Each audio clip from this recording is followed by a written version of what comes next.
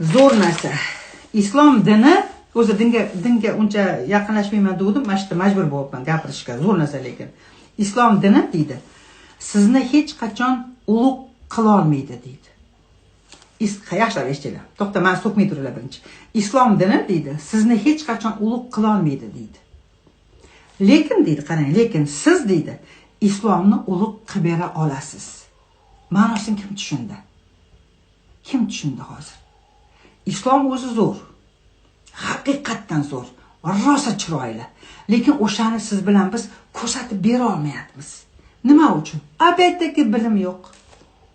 Agar bizda bilim bo'lsa, hammamiz bilimli, ilmli, o'sha Alloh aytganda yo'l bilan yuradigan bo'lsak, siz bilan bizni qudratimiz shunchalik kuchli, biz islomni chiroyli tarafini ko'rsatib bera olamiz. Bandasi ko'rsatib bera oladi. Lekin islom dini bizga o'shani bizni ulug' qilib bera olmayapti. Islom dini bizni ulug' qilib bera olmayapti. Nima uchun? Sabab uni bizga kuchi yetmayapti. Biz bebilimmiz.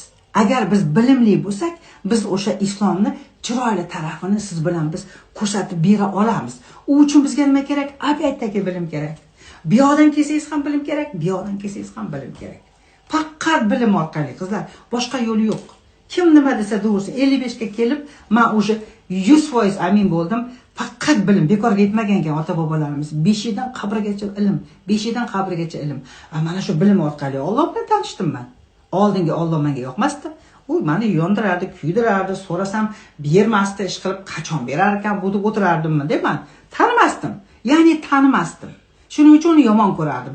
Jazomni bersa yomon ko'rardim, kambag'al qilib qo'ysa yomon ko'rardim deb men, bormi, yo'qmi o'zi o'sha 50 ga yaqinlashyapman, hech birim 2 bo'lmaydi deb yurardim-da. Keyin mana bilim olgandan keyin men ko'p narsani tushundim-da. Hammasi o'zimizda ekan-ku dedim. Bilim orqali men Alloh bilan tanidim va uni sevdim. Uni tanisangizgina sevasiz. Tanimasangiz seva olmaysiz. Hech qaysing tanimaysan-ku Allohni. Yana Allohni yaxshi ko'raman deysan. Qanaqa yaxshi ko'rasan? Tanimaydigan odam qanaqa yaxshi ko'rasan?